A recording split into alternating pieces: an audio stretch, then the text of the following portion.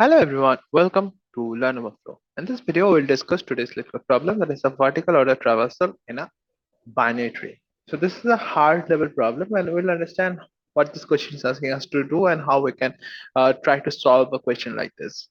Before moving on, if you haven't subscribed to this channel, make sure to subscribe to Learn Overflow for regular LeetCode videos like this. Also, check the description below. You will find this question link and the solution that we will ultimately find derive out of here. So all those will be there in the description as well.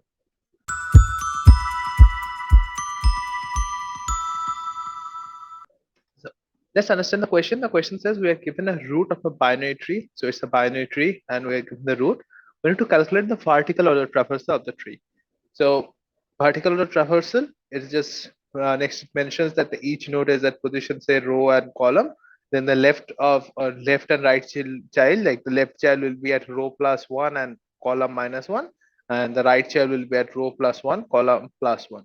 Okay, respectively, and the root of the tree is at 0, 0. So it mentioned that. And what is this vertical traversal? Let's understand this. It's like it's in the order like all the you are seeing only the column formation. Okay, so that's the vertical traversal. So once you are writing an answer or once you're writing an output of it, so the output is more like see here we are giving like 3 is the root and then we are 9 20 30 null because like doesn't have any child, so it's null, and then 15 and 7 because 20 has two childs. Now further once you see the output is like 9 is the first element we have, and then 3 and 15 you see all both of these are in the same column. 3 and 15 are there, and then 20 is in the like next column, and then 7 is in the next column. So if you just look carefully, you can see over here that it's more like we are at 0, 0 initially, as the question says we are at 0, 0 initially, and once we are moving to the child nodes from the main root, we see that once we move to the left child, we see that the row count incremented. Row count is row plus one. It was initially 0 and it moved to 1. So the row count incremented side and the row count incremented this one because we are moving to the child node. And now in the row count, we find if we're in the left child, it's like column count decremented by 1. If you're in the right child, column count incremented by 1. And similarly, after 20, we are moving to the next row. Then similarly, you can see 1 became 2 because that's the row count incremented. That's the second row. Now, this one, we are moving to the left child. So this one, that is the column count, is decremented. So it becomes 0. Once it becomes 0, you can find that this it becomes in the same column as our main root. Okay. And then this column count incremented as well. What is the column like column count become 2? You can see the row count was like 2 for 15 and 7 is also a row count. So we are not much interested in the row count, but we need to like make a vertical traversal. So we need to return an 2D list. So that's you can see like list of within a list. So that list will store all the values in column format from left to right. Fine. From left to right, all the rows will be there. Sorry, all the columns will be there from the left to right. And within the column, what you need to know that if within a column, okay, it can be 3 and 15, but you need to understand whether it can be 15 or 3 or not. No, it cannot be 15 3 out here. Why? Within a column, we first need to check for what you first need to check like if some row is greater, like some row is smaller, that is 3 at row 0 and 15 at row 2. So obviously the lower row will come first, so 3 will come first best since it has a row count of 0. Okay, and 15 has a row count of 2, so it comes next. But what if like 9 also had its right child? Okay, if 9 had its right child, so that would have been on like that would have been on 2, 0, right? The right child of 9 also will be at 2, 0. So what would have happened? So in that case, what would have happened is like if both are at the same row and both are at the same column, right? In that case, we need to check whoever comes, like whoever has a lower value, right? So similar an example is also given below. Let's see that example.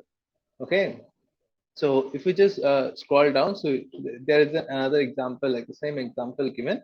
So in this example, we see that 5 and 6 are both at same column. Okay, all this at same column, like column 0 and column 0. Fine. So we see that it is a column -1, column -2, column 1, and column 2. So we see that 5 and 6 are same column as of 1, but what happens? It becomes 1, 5, 6. Why?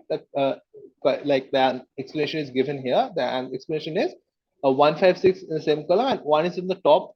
Okay, is on the smaller row. Okay, that's on the top. It comes first, and then 5, 6 on the same position. There is 2, 0. So we ordered them by their value. Okay, by the value being whichever is the smaller value, we will place them. So 5, then 6. If say it doesn't matter whether it was placed on this side or that side, it simply matters is like whoever has a smaller value will come first, and then whoever has a greater value. Okay, let's understand what you can do out here. Now the first instance you should think of, once we need to, like, once we have same row and same column, then we need to store them in a sorted manner. In the sorted manner, I mean, whoever has a smaller value, right? But firstly what you can do, the first thing you can do is, say you have a map, and based on whatever base column value, you mapped all those elements. Okay, like column value 0, it is mapped to 1, 5, 6, all those are mapped. Okay, column value -1 is mapped to 2, column value is -2, it's mapped to something like 4. Okay, similarly column value 1 is mapped to 1, and column value 2 is mapped to 7. So these are the values we have. Okay, so we find that once we should first find them based on the column value. But how it should be, like, it is first, you can see 4 is on the left. So we should also, in a column value, we should store them in a sorted order, right? Otherwise 4 will not be on the left. 0 will come first, and it will be on the left, like it will come up with the leftmost. So once we need to have a sorted value of this column values, we know, like, we will go with tree map. Fine. Tree map, that's the question. That's what we do for having a sorted map order. Now we are sure about this. Next thing is out here. Once we have a same column value for multiple elements. Okay, so in the tree map, we know that's the column value mapped to something. Now what is mapped to? Let's understand. Can we have a priority queue directly for it? If you have a priority queue directly for it, say you have something, like you have a root as like 3, and down somewhere we find, like, there are 2 elements on the same column, that is of value 2 and 2. Fine. So what will it happen if we directly have a priority queue for this? Then our answer will come up to us 2, 2, 3. But our hotter questions is 1 is at the top, so it comes first. So 1, that is the whatever the value is at the smaller row value, will come first. So it will be the answer will be 3, and then both of these are the same column and same row, let's say. So we'll give it as 2, 2. So that will be our answer. So we cannot do directly a priority queue for this. Okay, what we need to do now, once we are mapping this, we should map this into another map. Like, what we can do based on their row value, we should also map them. Like, in a particular column, within a column mapping, we should map them based on the row value. Based on the row value, this is the row 0, this is the row 2, and finally if any other values are there, so that's a row value. So that's how we map them based on the row value. Now within the row, that is, once we have a same row for 5 and 6, and now what we can do, we can have a priority queue for them. Okay, we can have priority queue being whoever is the smaller, whoever has a based on their values, right? So whoever has a smaller value, that comes first. So what will be our idea? So first we map, okay, tree map, and tree map an integer. Fine, and it's writing int, but remember it's an integer. So we're mapping integer, our columns, to another tree map. Why another tree map? Because again we need to have a sorted order, because if this 2 second row comes first, it won't be our answer, right? 5, 6 cannot be our answer. So we should have 0, only 0 at the first. So then we got a tree map, and another tree map being sorted within, like, mapped to another tree map, and in that again we got another integer, right? Not int, integer is the answer. So I'm just giving you a hint. So this tree map is mapped to a priority queue. I'm writing PQ. Fine. So this tree map is mapped to a priority queue. So based on this priority queue, these values are stored. So once we like complete traversal of the whole like the whole tree, whole binary tree given to us, we will have this tree map ready. Now, based on each of the like what we'll do, based on each of the columns, we'll first add the values. Okay. And once we got multiple values in our like obviously we'll check for them in each place, but once you got multiple values in a particular column, we'll go for the rows in the column. That's another tree map that's storing the row, and within the row, if a particular if like the row have multiple values, then we go for another priority queue that will help us give a values in the sorted order, right? So this is the idea. This is the whole idea of this question. So I hope you can understand like how you can like find a solution to this kind of question. Though it's an hard type question, but like it's a hard type question, but it's really easy to solve it.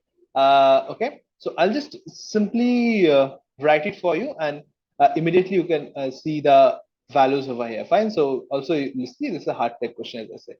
Fine. So if what can we do? Let's write it fast. The first thing we did is like see we took a map. So this map is mapped to an tree map. Okay, the tree map is like for the each row, and this map is for each column first.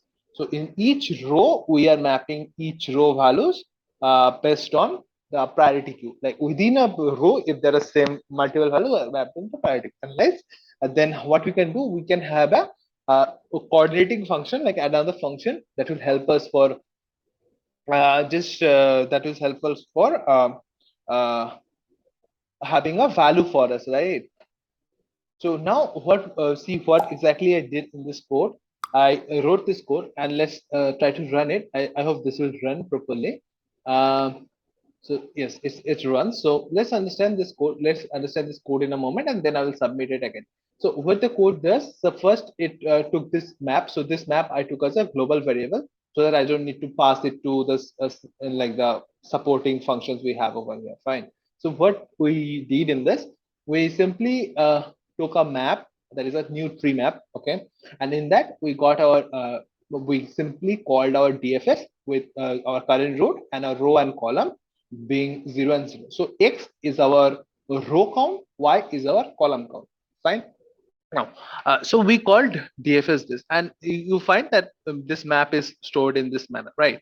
As I say. Now, what exactly we are doing in our DFS? We are just assigning it like storing our values back in our map so that we get the vertical order traversal. Okay, now what exactly we are doing? The first, if our root is null, we are returning, because we need to go left, we need to go right. In case if our root is null, there's no point adding that root to our value, right? So in further, what we'll do, we'll check if our map does not contain our column.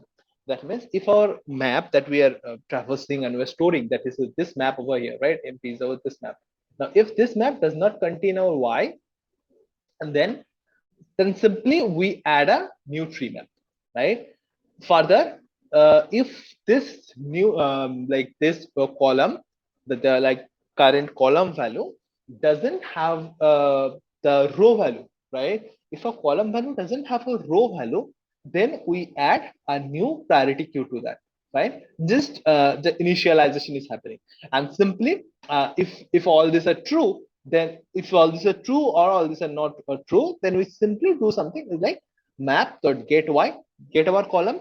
Within the column, we get our row, whatever our current row is, and within the row, we just add our root val in our within our priority queue. Fine.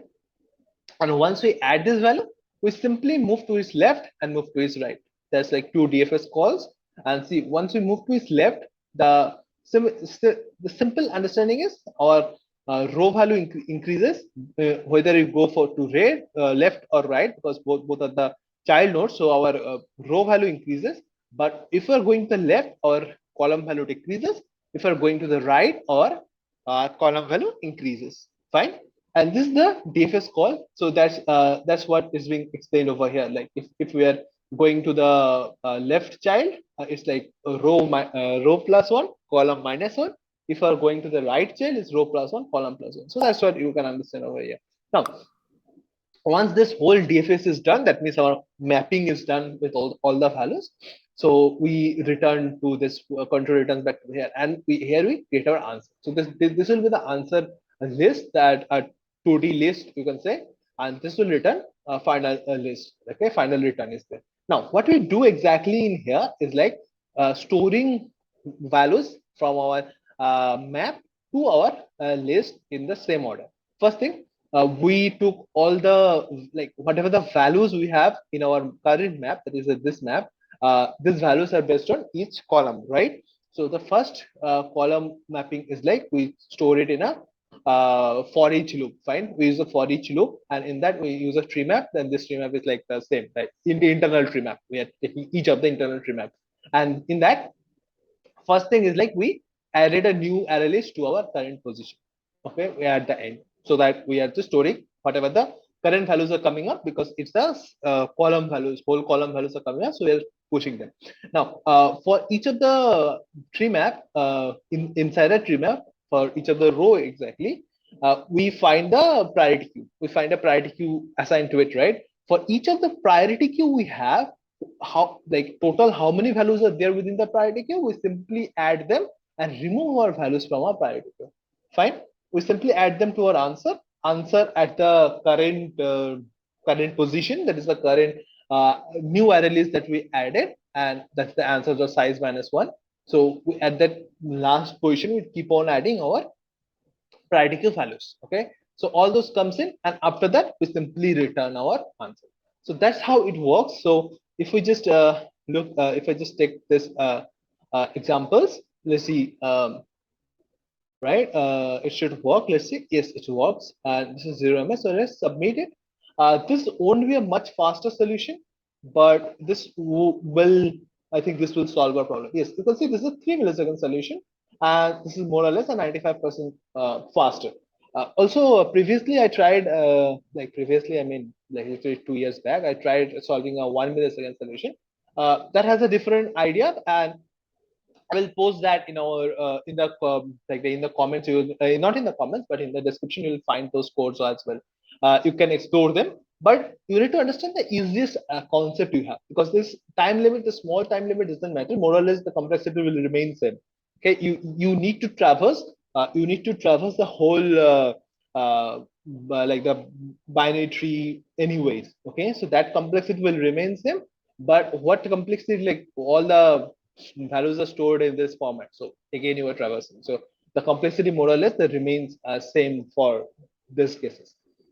So that's more or less about this question, guys. So if you have any doubts, make sure to comment them down. I will be happy to help you out with the comments as well. And also like this video and subscribe to this channel for regular LeetCode videos like this. So thank you all for watching this video. Hope to see you soon in my next video as well. Thank you.